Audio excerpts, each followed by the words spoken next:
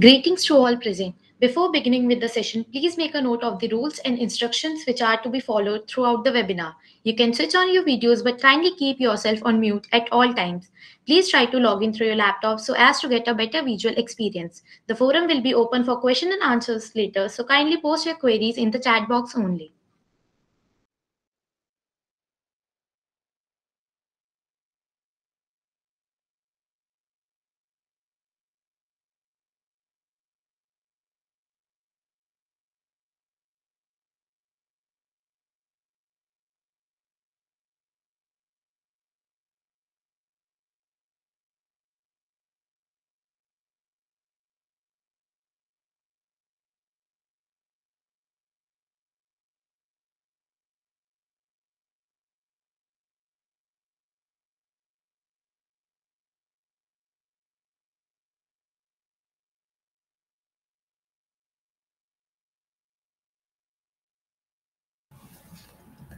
Good evening, everyone. So we have our speaker here. So a very good evening to one and all present here. I, Khushbu Singla, on behalf of Institutions Innovation Council of Shahid Rajguru College of Applied Sciences for Women, University of Delhi, would like to extend my profound and earnest welcome to Mr. Shikhar Shukla, the speaker for today's webinar. I would also like to extend a wholehearted welcome to our esteemed Principal Ma'am, Dr. Payal Mago, and the President of IIC. I would like to extend our sincere and heartfelt welcome to all the scholarly and knowledgeable teachers and to all the thoughtful and attentive audience which are present here. We are truly humbled beyond measure for such an overwhelming response.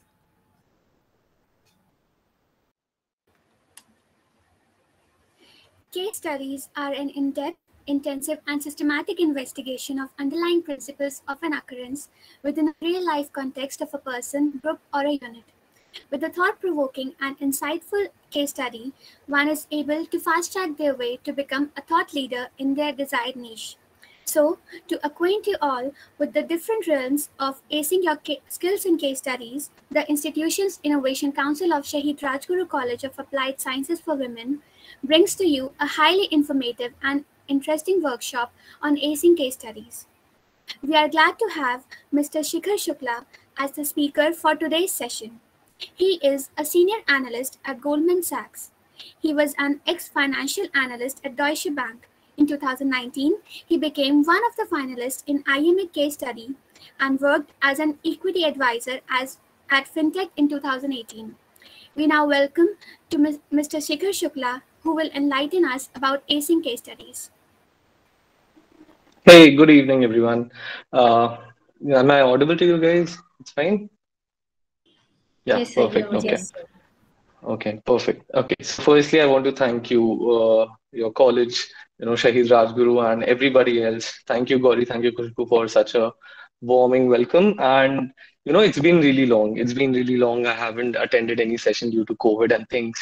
So I was actually looking forward to it, but again, this opportunity, during the time when I was in 11th and 12th, I had this dream of, going to DO and studying. But again, the dream was a dream. But apparently, coming back here as a guest is a wonderful experience, honestly.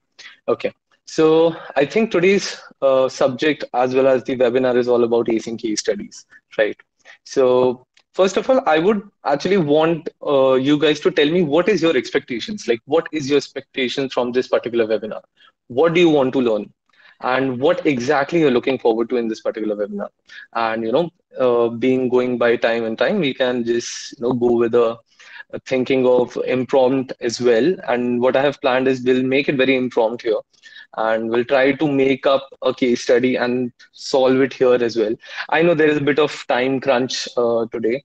It's the webinar is only for an hour because of the Friday, and I have workings as well. So I just told my manager I need 1 hour, like a separate 1 hour just to sit with you guys and just enjoy this webinar more. Or okay, you guys can connect with me offline if you guys have doubts after the session goes over, but I'll try my level best as well to make sure that all your doubts gets cleared. Cool.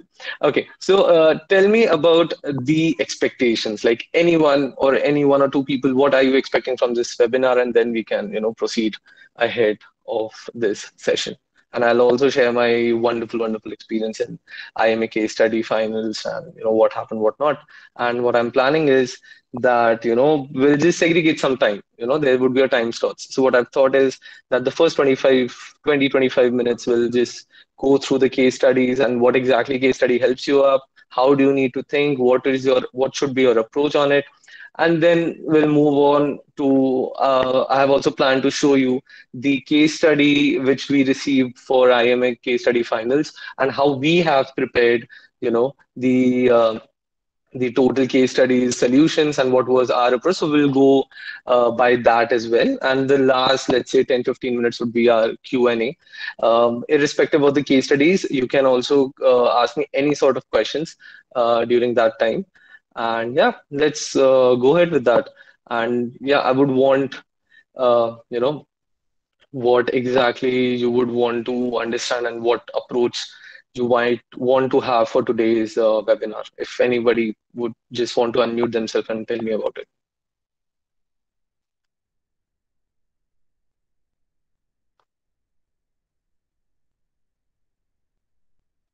Yeah, I think I have received a question from Darsh Jain, how to approach case studies questions. Okay, we'll go by that. We'll talk. We'll come to this as well. So we'll talk about it. Sure. Yes. Anybody wants to tell me what should be our approach for today's webinar? What exactly you want me to talk about and how it's gonna help? Because it's at the end of the day, the webinar is all for you guys. So I want to make it more productive and efficient. So yeah, anybody?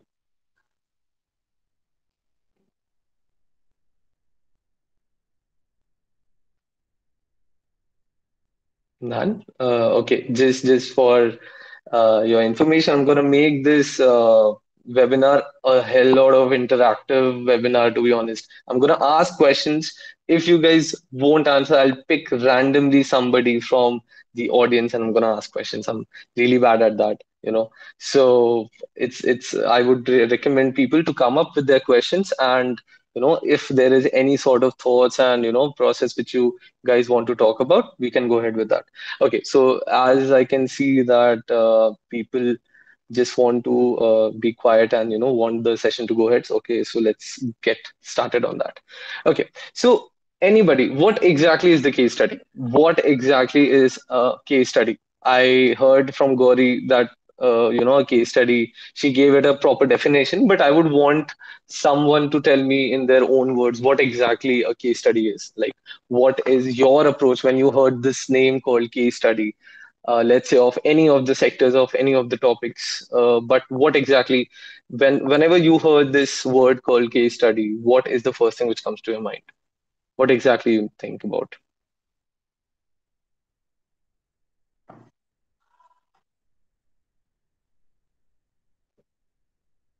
Guys, come on, talk. This is the interactive session. Come Study on. about a person or an organization. Yeah, absolutely. Absolutely. On point, Dia. Thank you so much.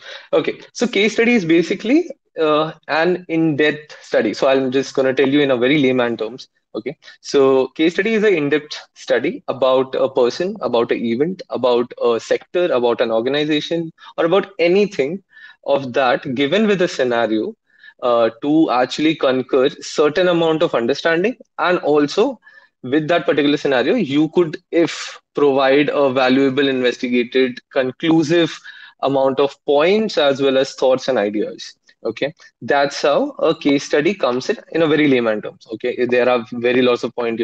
We can go on with that, but this is something I would be explaining you in a very simple words. Okay, so now the first and the foremost thing comes up in everybody's mind would be how should we prepare for a case study? How should we go ahead? So because in upcoming 2 or 3 or let's say maybe 10-15 years from now, there would be two type of case studies you guys gonna come across. One would be all these case studies competition. You would be having that in your college, maybe in your masters, and the second would be your case study is interview. Interview happens, and there are lots and lots of case studies, as the first preliminary round, and then people come up and look into the understanding of that particular guy, and then they go for their final interviews in the organization when it comes to job recruiting. Okay, so these type of two interviews are there, right? Two type of case studies are there. But what we're going to make sure is the today's lesson, the approach of those both of those type of case studies has to be the same, right? It has to be the same.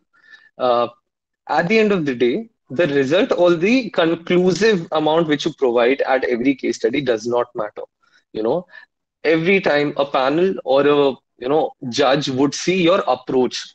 Case study is more of opinionated, right? It's a opinion based thing, right? You would focus, let's say, something which might be different from the other guy.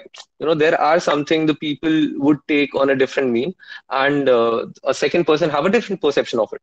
Correct. So that's something which everybody wants to do it. So it is more of opinion based. So every time in everything, it is more of your approach in the case study. Okay.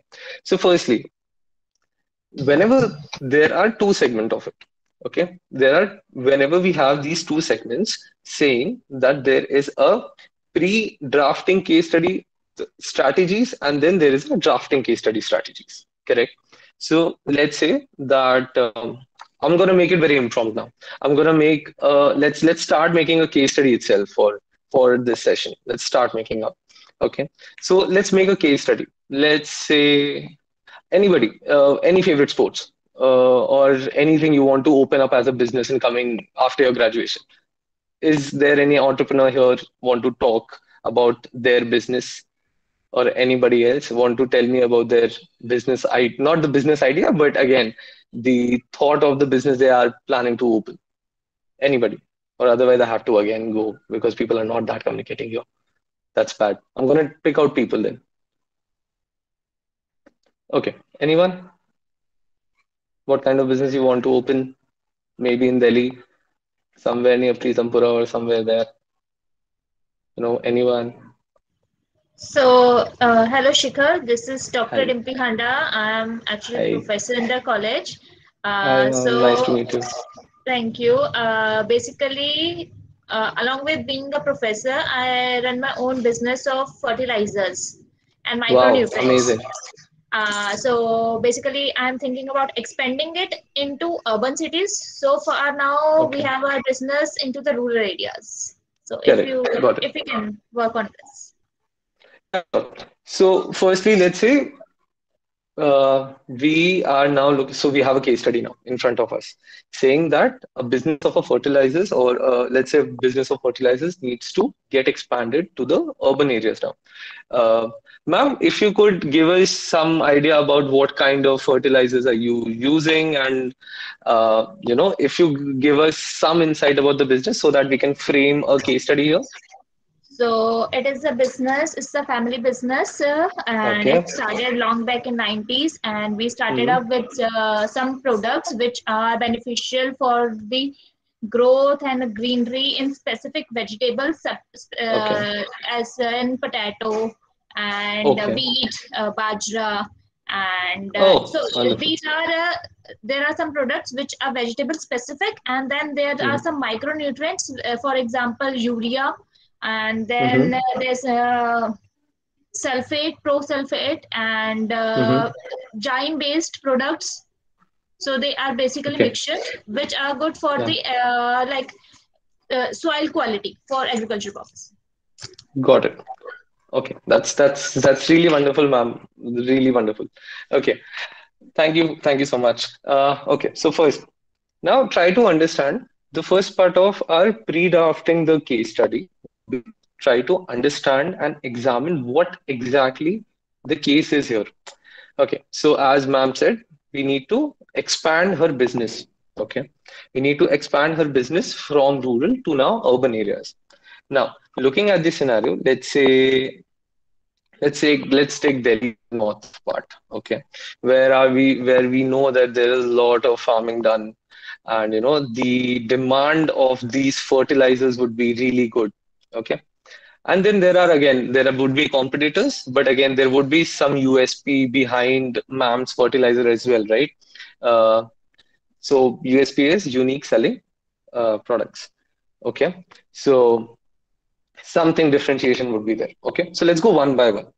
First thing, first things first is try to understand what exactly is this business all about. Okay, so the business is about the fertilizers which are helping the green vegetables and the crops to grow better. Now, the second thought would be that can you expand this business in rural areas, or sorry, in urban areas where there is any nearby farmings? Can you expand that? Can you expand that particular business where there would be anything of people who are taking as a third party with the fertilizers and using them in their crops? Can there be any approach to it? Again, that's opinionated based. Okay, fine. Everybody can put up their views on this in call messages in the chat box, please. Okay. And I would really want you guys to help me out in this. Okay. I am not that good in case studies. Okay. I would want everybody's contribution today. Okay, fine. So now let's say ma'am's fertilizer. Let's talk about ma'am. Is there any cost for the fertilizers you use? I mean, just give me a vague amount. Do not tell me the real amounts, but just give me a vague amount. So like for around each product, it would cost me, the manufacturing cost will cost me around 60 to 70%. Okay, manufacturing cost would be 70%. Fine. So let's say we have 100 and fine. Okay. Now, the first things first. Manufacturing cost. Okay, so if you guys are aware, it's wonderful. Otherwise, I'll just read some costing terminologies for you guys. Whenever you guys are trying to open or trying to plan up a business, there is a huge amount of thought related to the cost as well as the income of your business, correct? What are your cost? Okay, what are your cost? The cost would be a fixed cost and addition of it's a variable cost, correct? Fixed cost are those, let's say the cost would be leasing a building for your products, leasing an inventory house for your products that are fixed. You need to pay the monthly rent to them on a monthly basis or maybe yearly basis or on a quarterly basis. What is variable in here? What is variable in here? Variable would be all those side costs which are helping your crops to grow. Let's say there are seasons for green crops, which is mainly the winter. So we can understand that in winter, the cost would be higher as you're going to use utensils and things which are associated for growing those fertilizers, which ma'am uses for, for the green crops, right? But in summer, it would be less, correct? But if you think it that way, in winter, your sale of those fertilizers would be more as well, correct? So you need to find that equilibrium between that cost and your income, wherein you can earn certain amount of profit, which can help to inculcate your fixed cost. You can just go by that. It's a very simple saying here in Bangalore in startups. They say that you do not earn any profit for first 3-4 years. It's not possible. You cannot open a business and you can think, oh, I'm going to make profits and profits and profits in coming 2-3-4 years. Okay. So let's say if ma'am expands her business to Bangalore, let's take it a very beautiful example. Okay. Let's ma'am expand the business to Bangalore and near suburbs areas. Okay. So in the first 2 years, I do not see any sort of exponential growth of profit in her business, right? But again, this is where the capital comes in. There is a certain amount of capital which is being invested, let's say by ma'am or by any third angel investor or VCs or anything of that sort. Okay, with that way. So first thing is we have now tried to understand what exactly is ma'am's or what exactly is our case. Okay, we got 3 points. Okay, we have a business of fertilizers which is already there in urban and which is there already there in rural, and now it's going to get expanded to urban. So these 3 points, make sure that we know it. Okay. Now, once that is done, now let's try and focus what can be the hurdles if we try to bring that business from a rural area to an urban area. Let's think about that. Anybody can put up their own hurdles if they think that this can cause something of that sort. Just put up your ideas and thoughts. Let's make it really interactive. At the end, after this session, or maybe on Monday, you guys can actually help ma'am to to progress with her business in urban areas. To be honest, okay. So let's put up this way. You guys can think of anything.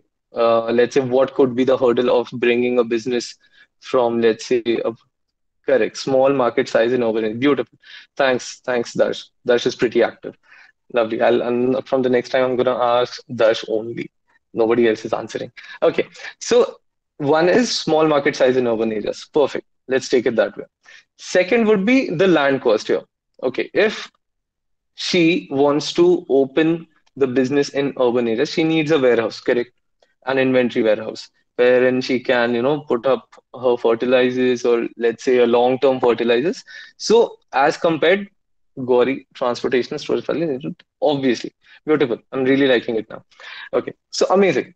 Technology. Amazing. Okay, let me wait for you guys. I'm giving you 30 seconds. Let's see how many hurdles we have, and then we're gonna analyze how can we just reduce them and make things better for the business. Okay, technology is the one. Transportation storage facilities is again one of the most important part.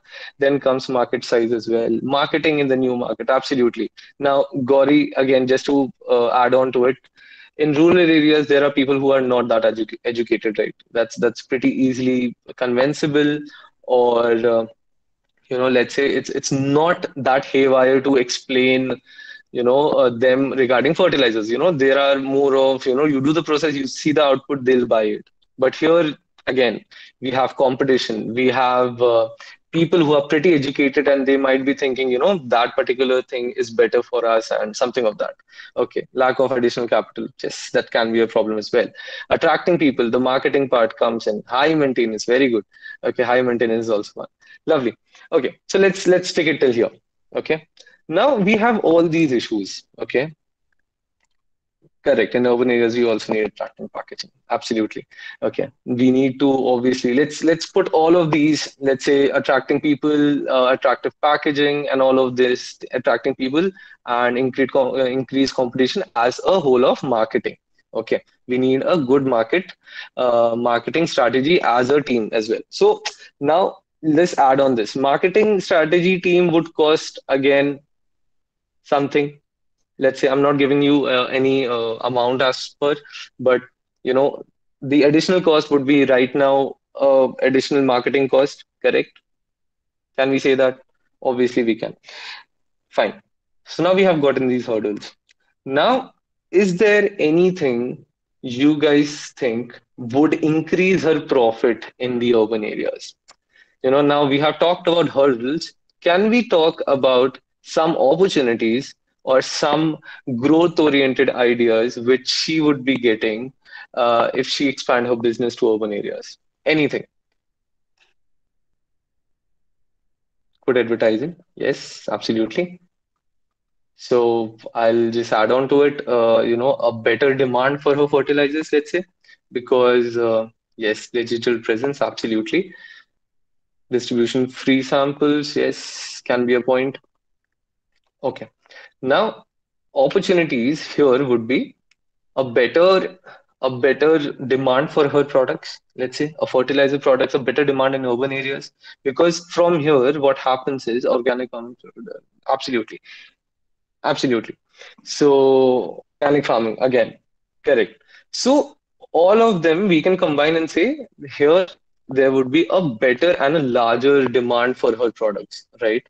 As ma'am said, they have also different type of fertilizers which can also come into use, which might not be that much popular in the rural areas, that can also come into use of these urban areas, correct? Also, the second part is the competition. Now, competition can be taken as a hurdle and can be taken as a growth prospect, both, right?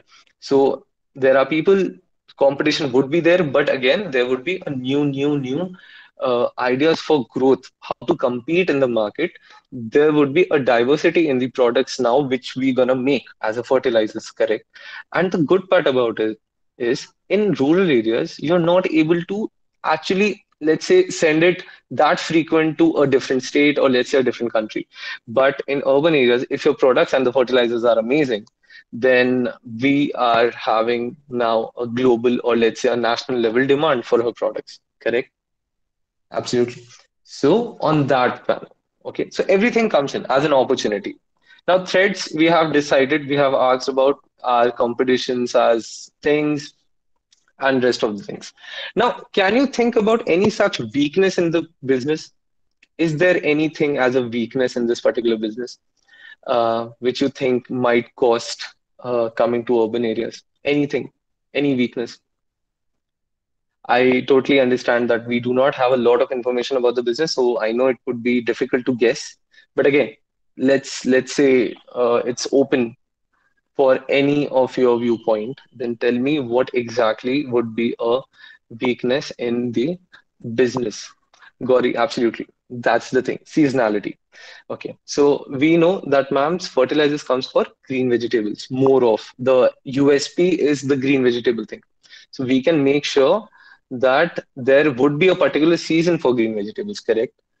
And there won't be a particular season. And the particular season is a big time span. Let's say more than a quarter is it, right? So what we need to make sure is that firstly, we need to find an alternative for the time when we do not have that season and what during that particular time we can make or do or reduce to make our balance sheet looks better, right? To make our profit and loss statement looks better. You know, you should start, I mean, we should start making some products which are not really related to green vegetables, but some fertilizers for all the season vegetables. Let's say potato, let's say the season, all season vegetables. So why don't we go on fruits as well? We can come on fruits as well, right? And we can go to other organic products as well. So thinking of that sort, we can come up with a diversity now here for the fertilizers, right? We were previously only restricted to vegetables. Now we'd be going for these fruits as well. Fruits will help you to earn profit during that particular time period, correct? So if you have profit in the season and non-seasonal, your business would slightly go up better. Now, again, just to make sure, I am not telling you the numbers or maybe a business would be profitable or not, or maybe the business would come up as a very huge success or not. My only thing is helping you here to tell you how to think when you have such cases. You know, this is just one example which ma'am took. You know, we can also think about anything. Let's take sports or let's take banks, anything you can take. I'm just telling you how to approach. What should be your approach? So firstly, what we did was, firstly, we understood the case. Okay, I'm just revising you. I'm making revise just again. We understood the case and the scenario. We look forward, what is the next aim or what would be the next objective, correct? So we got to know that it has to be shifted from rural to urban, or we are expanding, right? Secondly, third, we thought what would be the hurdles. So we got to know the hurdles as well, correct? Then we got to know what would be the betterment for the business, right? What would be the opportunities? And we straight away got to know the demand, national wide, international wide. So once these top points are done, now we were understanding the weakness of the business. Now, you might have heard about all of these, but again, you are also aware about SWOT analysis, correct? Yes, Ravleen, I was just about to say this. Okay, so SWOT analysis basically of the business. So once we understand the SWOT analysis, we then try to evaluate the goals and try to evaluate the forecasting, right? Forecasting of any case has to be done on the basis of the research you did, correct? Research can be of any type. You know, you're going on taking people's feedback about. Just to hold on, Anjali. SWOT is strength, weakness, opportunity, and threat. Okay, this is one kind of business strategy which every business uses for expanding their business or just to understand where they stand in the market. So SWOT stands for strength, weakness, opportunity, and threat. People do that. Okay. Is that fine, Anjali? Okay, perfect. So yeah, so we went to SWOT analysis. We did a proper research of the business. What exactly are the things, and this is on a very, very foreground terms, right? It's not exactly very into deep because we do not have a lot of information about the business. But again, just for making you guys understanding the approach. So once you have done this, we try to evaluate things now. Try to evaluate how is the scenario currently and whether our business is ready for urban area shifting or not. So looking at the balance sheet or maybe looking at the profits. Okay. So let me ask, ma'am. Ma'am, I mean, do not tell me the numbers, but I would just ask that the profit for your business during the non-season and season. I mean, how does that look like? If you can tell me or tell us. Okay, so if we talk about the profit figures, it's actually basically distributed because there are certain products which are utilized in winter season. So we have the peak season for that, and for the other season, because for that time the land is kept vacant for just improvement Correct. of soil. So for that we have different kind of products. So it's actually basically the similar profit figure, but it is distributed throughout the year. Okay. Perfect. Thank you so much. Thank you so much, ma'am. Again, so let's say that we have a good amount of profit, which help us to expand that particular business to urban areas, right? So we have evaluated the idea as well. Now, how things are. Now, again, once this is done, once we have planned, what we can do is one advantage again, I forgot to mention it earlier, but one more opportunity here if you come to, let's say, Bangalore, let's say Pune, let's say Bombay, any of these big cities shifting to urban is the current reach and sorry, not the reach, I would say the current trend of putting as a startup, right? Every business was once a startup, correct? Every big business was once a startup. So let's put it that way, that if our idea or if our thought process for a particular business seems very, very very positive, and we are able to generate good numbers by coming 2 3 years, we will be having one of the investors for us who can help us raising the capital, or let's say we can go for loans as well if we are confident that our business would do good in numbers for next 2 or 3 years. Okay, so these things are to be done before drafting your case. So whatever I told you was in short a SWOT analysis of the. So firstly we did examine of the case study. Then what we did was we understood the background. Then what we did was we did a SWOT analysis, and now we did evaluate whether we are good for going to rural areas on urban areas or not. Okay, once this is done, now we have a kind of, let's say, blueprint for our case study. So this is always being coming to before drafting process. Okay, this is the first thing. Now the major thing comes in, which is our drafting the case study, right? And let's say, let's be it for interviews, let's say for competition, it is always been the case that the presentation of your case is the key to success in the competition as well as for your interviews. Okay, so what would be the first thing you would want to do while you're drafting the case? First thing would be the introduction. Like you should at least try to explain that how your business and the situation and your goal comes in within 4 to 5 lines. That's it. You have to be very precise about introduction, about your business, about what is right now, and what are your goals to it. Once that is done, you then have to go for the background of that particular business, putting up saying that this business was at this particular level, it was family oriented business, and now we are expecting it to grow. Okay. Once these two are done, then you have to mention your evaluation. Okay, evaluation can be of any sort. Let's say if today we had some numbers for our business, we would have presented a proper Excel stating numbers, stating forecasting numbers as well for second or third year based on the earlier profit our business had, correct? So what we'll do is data analytics part comes in here. Okay. Now we have some raw data which we can get through the case mentioned, and then we have to forecast all those things based on the history of those numbers or history of those income and expenses. Correct. Once that evaluation is done, we are at a stage where we are we are at a stage, let's say, where we are now confident that our number are coming from some of the logical reasoning. Correct. You can just come up saying that, uh, this particular year we had around 10 lakhs of profit, and the next particular year we're gonna have 30. On what basis? No idea. So that cannot be done, right? We have to put up a logic behind everything. Let's say forecasting is very helpful during that particular time, and also coming with the history data of trend of that particular business. Okay, fine. Once this evaluation is done, we also then would love to provide the competitors, right?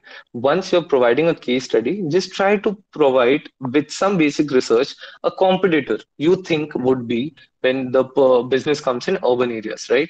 The competitors, and provide that numbers as well. And you can get all of these things, you know. And if that is the case when, so I'm currently specifically talking about the case study which we go for into a competition part. Let's say if it's for an interview, try to make a competitor for your business, stating the numbers, being very logical. Just make one plus or one minus of those profit you're making, just to make them understand how the business grows, right? How the business grows in urban areas, and how would you want to see yourself. Again, it's all assumption here. It's very clear about it. It's very clear about it that try to mention that assuming that the business in that particular urban areas is somewhere like this, we would want that we have a competitor stating that this is the profit and the rest of the things here. Fine. Once you're done with that, then comes the main closing part of your case studies, right? Which is the recommendation part of that particular business, what you would want to recommend. So if, let me tell you that, let's say ma'am opens this particular business in Bangalore, okay, and let's say they are making the profit, uh, let's say 20% or maybe 50, let's say 60% of the total cost now. Okay. What would you guys want to recommend stating that the business has opened in urban areas, and how can she increase profit? And mentioning that, also try to think that that profit comes out with the expenses as well, right? So if you guys would write that, a better marketing would help in increasing the profit, marketing would always be having some expenses, correct? So try to mention that as well. Taking consideration, marketing would cost around rupees 200, say, and the sale would go for 300 for every 200 marketing. So then you can say that we would make 100 rupees profit on each or every fertilizer which we are going to sell, right? On that particular part. So tell me, guys, what would you would want to recommend ma'am's business when it comes to open areas, and you think that that is making somewhere amount of decent amount of profit, but how should the profit get increased? I would want to understand from your ends. Anybody? Come on, we did had a very interactive session till now.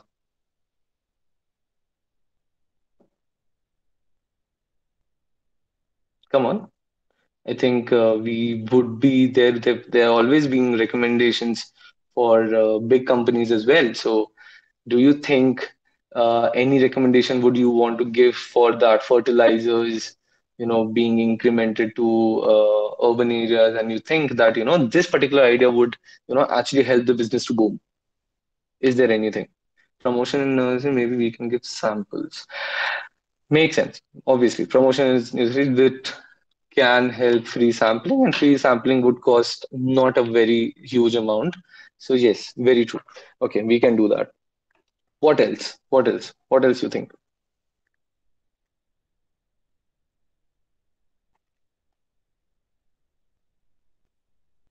Using go-to-market increase the sales. Very true. Okay. Aditi, it's really, yes. Sunana, thanks. Online marketing. That's amazing. Again, so at the end of the day, what you guys need to understand here is what I'm trying to mainly explain it to you guys is that once you have evaluated everything, uh, there would be always certain numbers or certain understanding wherein the business you think would can go better, right? So, for an example, if I have to say that, let's say tie-ups with college. Absolutely, that's what I was going to say. Tie-ups with colleges, schools, and office. Try to go for these webinar sessions, understanding and explaining why your fertilizers are better than the rest in the market, and do some online marketing. There are so many online influencers right now, so you can go with that again. Again, these are all examples. I'm trying to explain it to you guys. Nothing else. Okay, so absolutely, we have our recommendation as well. So once this is done, ideally, if you see now, your case study has a proper opening, which is the introduction. Again, it has a proper background. It has a valuation as well. You highlighted the pros and cons. We did a SWOT analysis. Then we came up with the evaluation and data analytics. Then we went for our recommendation, which we got it. And these are super, really. Now, the last thing is how would you want to close your case study? And the closing of case study is as important as its beginning, honestly. Okay, it's opening, right? So now think of some closing idea, or let's say some closing of this fertilizer case study business, what you want to put in. Again, is there a motto to it? Can we put up a motto? Can we put up a tag? Can we put up anything which can help? Put it some social way. I'll present that PPT, the PDFs and the case study which I was having during IMA case study after once we are done with this. But there has to be a good closing for every case study, right? Try to so what exactly people do is during my case, I'm just sharing this as an experience. During my case studies, uh, finals, there was this first. I mean, the team which came first was from IIT Chennai. Okay, and those people were just good with numbers. So they provided all the data for income, profit, balance sheet, anything and everything. But at certain point, what they did was in the end, what they did was they brought a proper product of their case study, just random product, just to make them, just to show them, this is what we think and this is how it's going to be. There was one more team, they provided a motto saying that, if you come invest in this, we can give you this and something of that. Tie up of anything and everything actually helps you a lot, right? So we have to provide a better closing, or maybe a very good closing, as good as its opening for our case studies. Done, we are really good, and we are at a very decent position to close our case. Now, I have not told you this one thing because I wanted to tell you this in last, is the presentation part, right? Now, every case study is nothing if there is no one to explain. There's nobody to tell us what exactly it means, right? Every time there's no such case study, you would submit and there won't be any presentation to it. Every case study requires a presentation, and presentation plays 90% of your weightage in the case study. How good you are at presenting things, how good you are at telling things that, this particular things would help at this particular level, so presentation and speaking to it and telling as a story, like explaining that as a scenario, how the things would go, will always be the main and the major thing once you are coming for a case study, or once you are explaining your cases. So presentation and the storytelling part has to be there. Okay, at no point you think that you have done a number crunching well and the analysis well, and if you do not present it the better way, you would win, or you would succeed. So same of that sort, I'll tell you, Nothing happens that way. Presentation and the storytelling has to have the same weightage of your analysis as well as your number crunching and opening and ending of the case studies. So this is how a case study has to be put up. I'm not going to take a lot of time. We are actually very over time right now, but yeah. So this is how I have been participating in case studies, and this is how my approach is related to the case studies. Any questions now with regards to whatever I have explained right now? Any questions regards to that? Anyone? Okay, thank you, Shikhar, so much for elaborating on my business idea. And we'll definitely try to take in some points and insights from your solution development over here. Just one request from from my side. That you have talked about the presentation skills. Apart from having presentation skills, me being the judge of many case study competitions within the college, I just wanted to request you that if you can share some tips on creating a good presentation out of it. Like many a times I feel that students have a good idea about what case study is, but when we talk about presenting it in the form of PPT, they're not able to draft that properly. Okay, yeah, we can go ahead with that as well. Okay, perfect.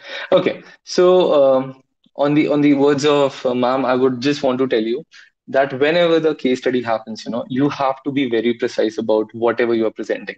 Okay, a PPT consisting 20-50 slides is worthless. People are not gonna come up and try to go through all your PPTs, all the pages of your PPTs, right?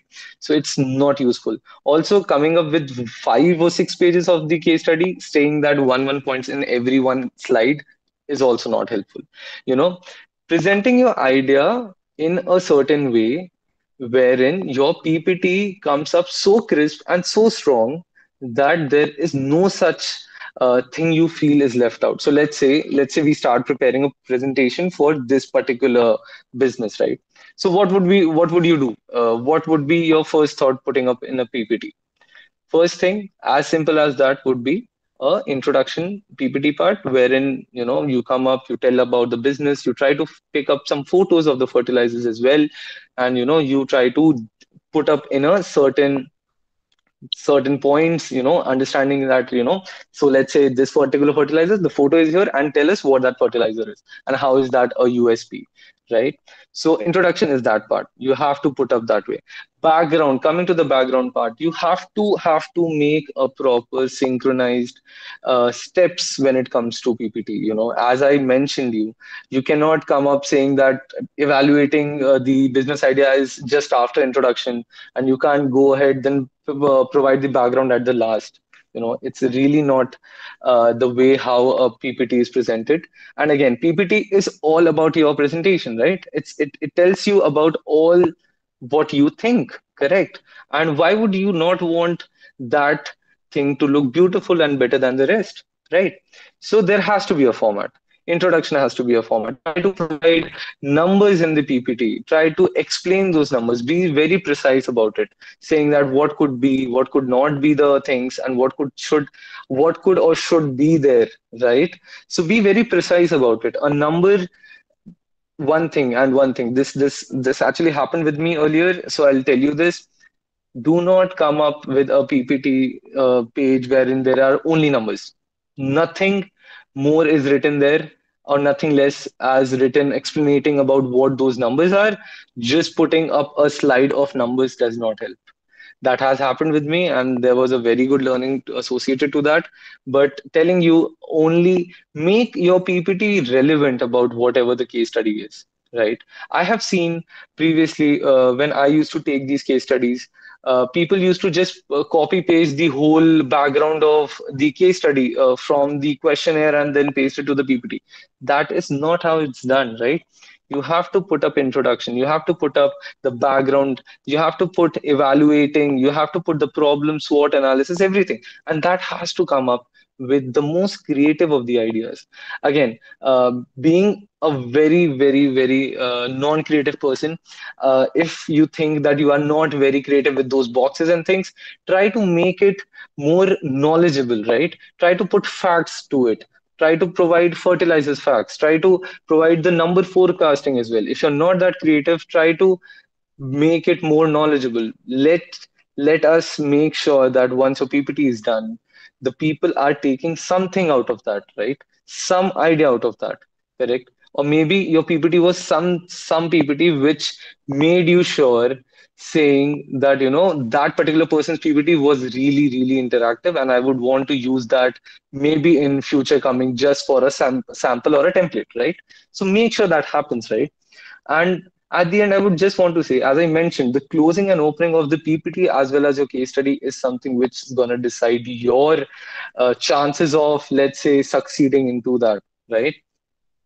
So make sure your PPT looks fine. Make sure that whenever you're trying to explain something, it has to be in bullet points.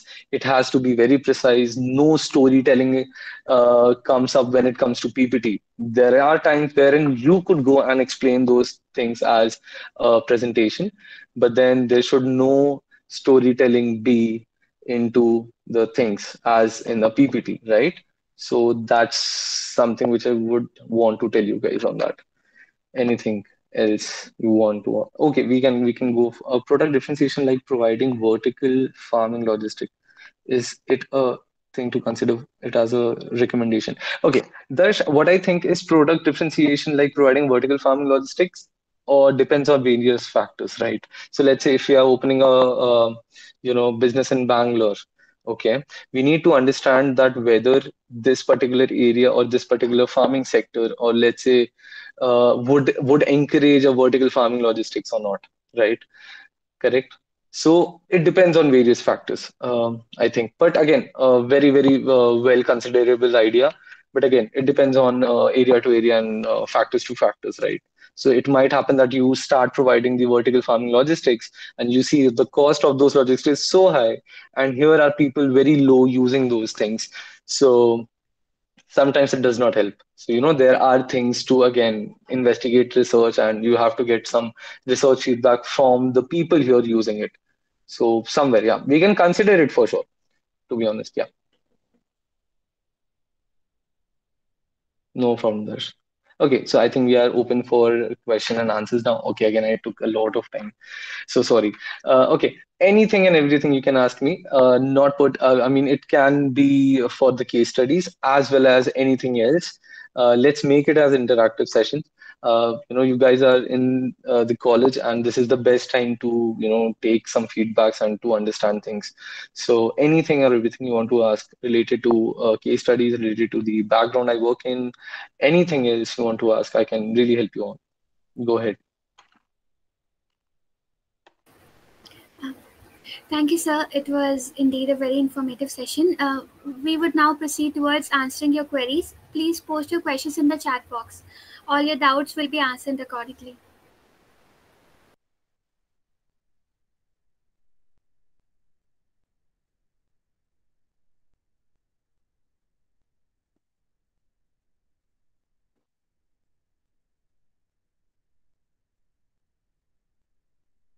Still waiting, still waiting.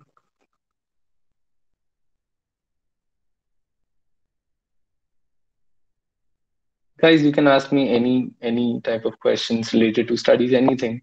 Not, I mean, it should not be only pertaining to case studies. You can go ahead with anything. So just be vocal about it. Let's discuss. Let's try to understand what exactly is your scenario, and we can go ahead with that. No problem. About anything. Just be vocal about it.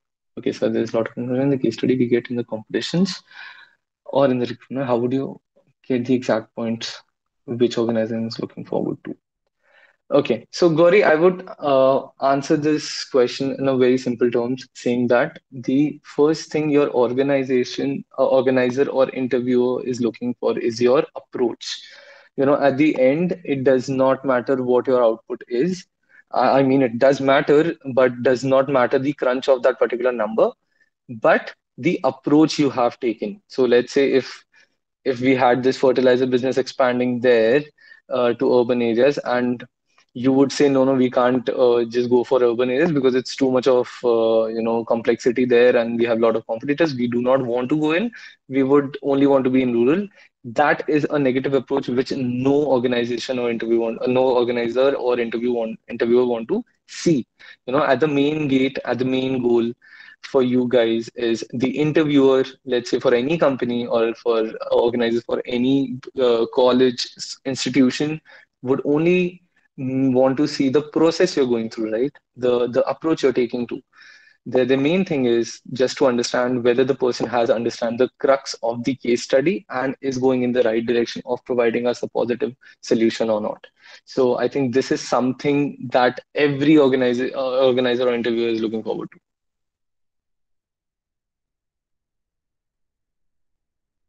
Anything else?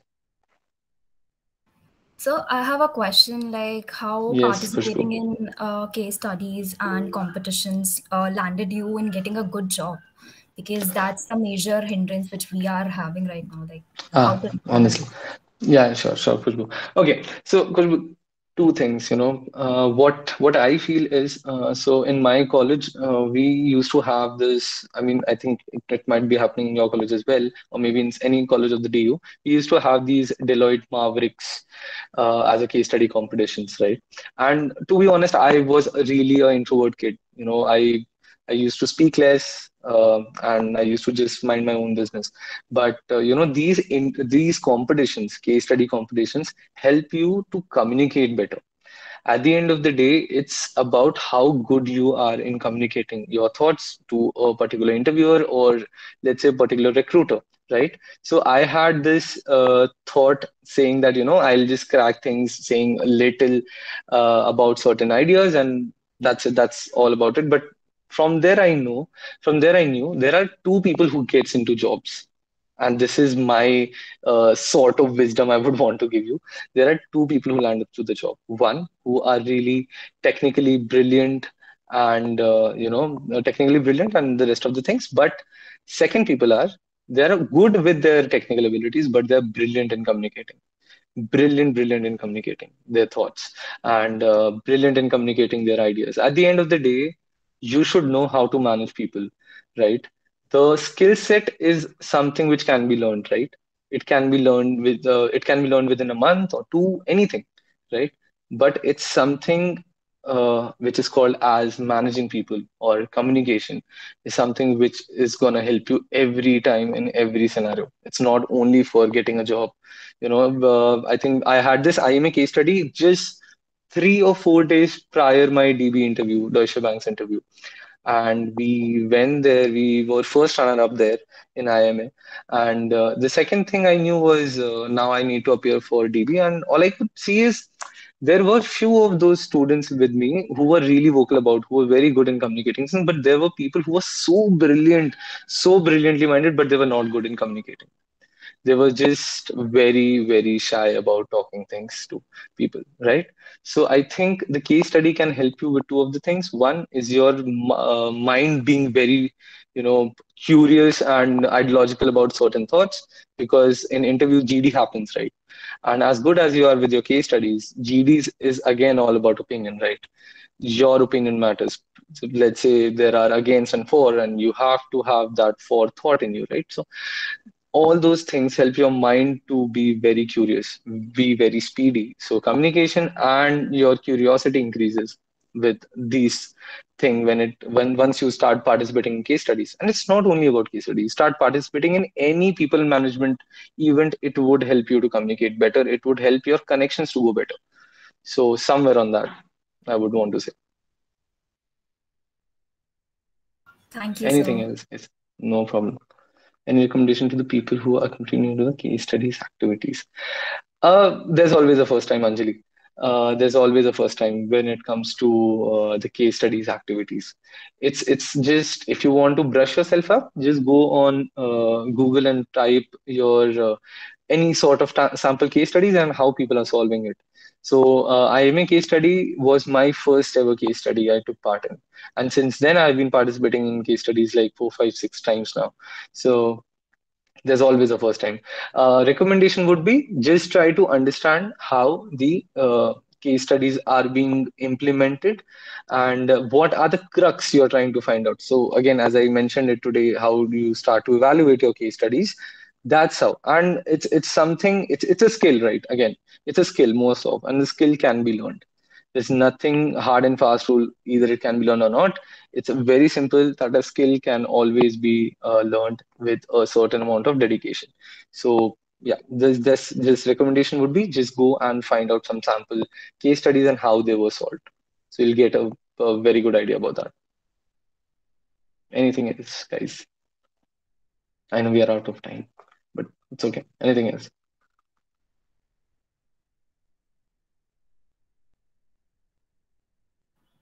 Sir, can you please show us your case studies, which you said you will be showing it to us? Yeah, I was actually waiting. I was actually waiting when would you say this to me? Wait. Okay. Let me know, guys, when you can see my screen. The time you can see. Okay. Let me go for entire screen. Okay.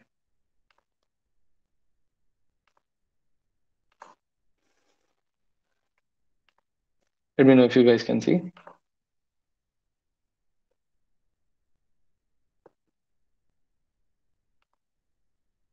Wait, okay, your screen is. Yep. Are you able to see it now?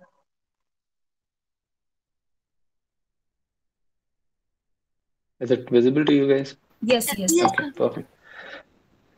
So I'll go to this. Okay, so this was 2019.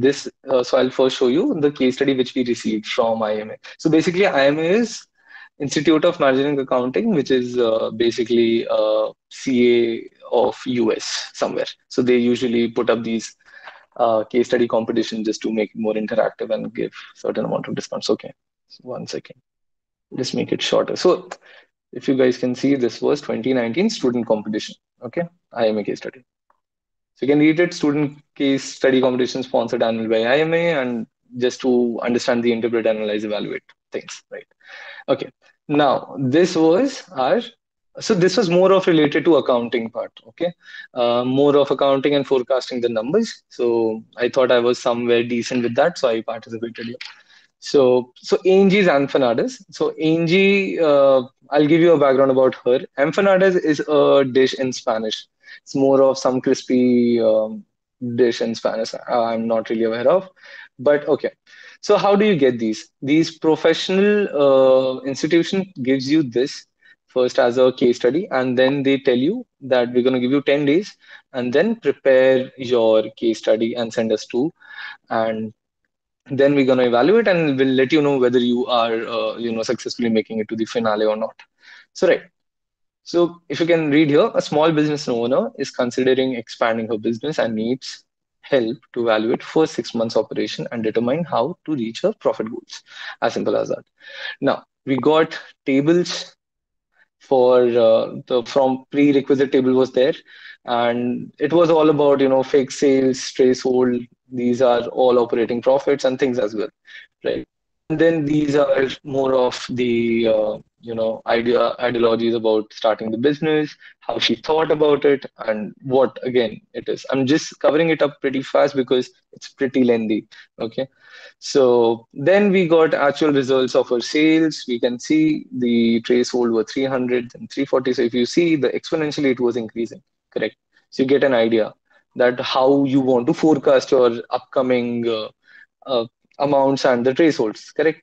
So again, that goes in, goes in, goes in, goes in. Then we go it again. There was some special orders and sale mix as well during that case study. So they provided this particular idea as well with that, saying that they were Argentinian beef and then Peruvian chicken as well and vegetarian. So they gave us some pretty idea about all those things. Okay, now how does this look like? We get these assignments. Okay, so these are the questions. If you want to read, you can go through it. I'll just hold the screen for a second. So if you could see, it's more of given the Angie's budget and profit goals, suggest the matrix you should use to assess the success of a new venture, right? All the price and cost were given already. Second question was analyze and compare Angie's overall actual results with her expected. So now it was more of forecasting things, correct? Angie accountant recommended that the team drill down further into sale mix. As I told you, there were three more different type of meals which were started coming off Okay.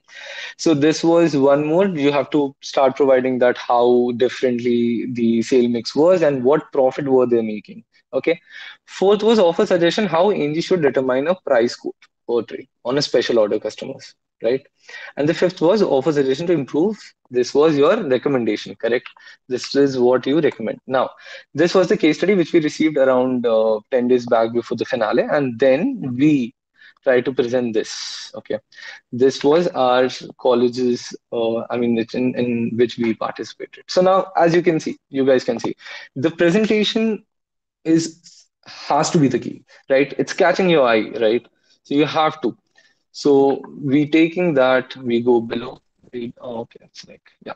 So then again, first the introduction. We provide NG's empanadas and things, how the company sells it, and we made it very short and crispy, right? Then you see about Angie, we got some idea about her as well. Then what we thought was, how about if we give a business opportunity outlook? Like how do we see it? So if you see empanadas are preferred well through Latin America, is shared in by 72 Latin America restaurants. We this is our own making how we try to figure the case study as, right? Then we provided our operations. These are all our inputs which we have tried to put in. And then we provided a current scenario as well. Then there was a question to provide a 6 months budget. We provided a 6 month budget to them. With again, if you see, there is no such requirement of this particular photo, correct? But we are just making it to like look more interactive, the more eye-catching it is, right? We made a pie chart of it. We tried everything possible, right? Then we went to the main assignment. There's a questions, question five, which 5 questions were there, right? Now you see, we have provided the matrix. So first is unique selling proposition, revenue run rate and profits, then highest selling products. We identified in which of the three the highest profit is coming in. Then customer retention, how can she retain more customers with her? So purchase frequency, average order value, anything of everything, right? Then use of standard costing methods. You should start making this because we did not find a standard costing methods in there. Then high value customers are always there in every business, so we thought of providing that as well. Cost customer acquisition division of work, right? Then we went to question two. We provided a table. As I told you, we should provide numbers and tell them that whether is unfavorable, and then we have provided star as well, just to make sure that we provide them the understanding. So analysis we gave them, solution we gave them. Then we went on question three. Again, sale mix and everything came up as a information. Then we tried giving them the explanation of those things, right? How those particular empanadas look like, how the type of empanadas look like, right? Then question four, it was again the steps we tried following, making her realize can she how can she try to help make a better financial budget in next 6 months. We also referred her the contribution margin and things, and then the rest of the things were very normal. Again, question five came up with the suggestion. So again, we tried making this, right? We tried giving up the photos, right? Trays as a sourcing, and you have to make it look very as an interactive, right? So if you see pumpkin empanadas, we have provided a new product for her, saying that pumpkin empanadas is also being preferred by Mexicans, so she can start providing the pumpkin empanadas. Some sauce and salsa dips, fried empanadas as well. So these are the recommendations which you want to give, correct? Then potential alternative systems, other tie-ups, university collaboration, as we discussed it today in our presentation, right? Then marketing options for digital marketing, big box retailing, distribution samples, upping up the game. Now, this is the last, as I told you, the closing is really important, correct? So this is our closing. What we did was we tried making a official Facebook page for Angie's Empanadas. If you go on Facebook, you can actually find this. So we just made it just for the sake of making a very, very beautiful closing to it. We provided a logo as well. Suggestions were there. Learning outcomes, we gave it. Like the passion has the power to transform a thought into reality. And these are the endings which we are making it to look like a case study's well and worse ending, right? So this is how we present it, right? And fortunately and unfortunately, we came up as a first runner-up. Did not won it because there were better people than us. Okay, so yeah, so I'll stop sharing now. Yes, anything else, guys? I had a wonderful session after so long. Anything else? Any questions? Hey, thank you, Dia. Thank you so much. Don't call me sir. I'm all of your age. Maximum senior to you, maybe 2 years then. Okay. Hey, thank you so much. Thank you. Thank you. It was a wonderful experience for me as well. The institution's Innovation Council extends sincere gratitude to Mr. Shikhar Shukla for delivering this session today and enlightening us about acing in case studies. Thank you for taking out the time from your busy schedule and joining us. We are grateful for the learning experience that you provided. We extend our deepest thanks to our principal ma'am, Dr. Payal Mago, for being our pillar of support and strength. We would also like to extend our heartiest thanks to all the teachers for their constant support and motivation. Last but not the least, we would like to extend our heartfelt thanks to all the audience for showing their keen interest in the webinar.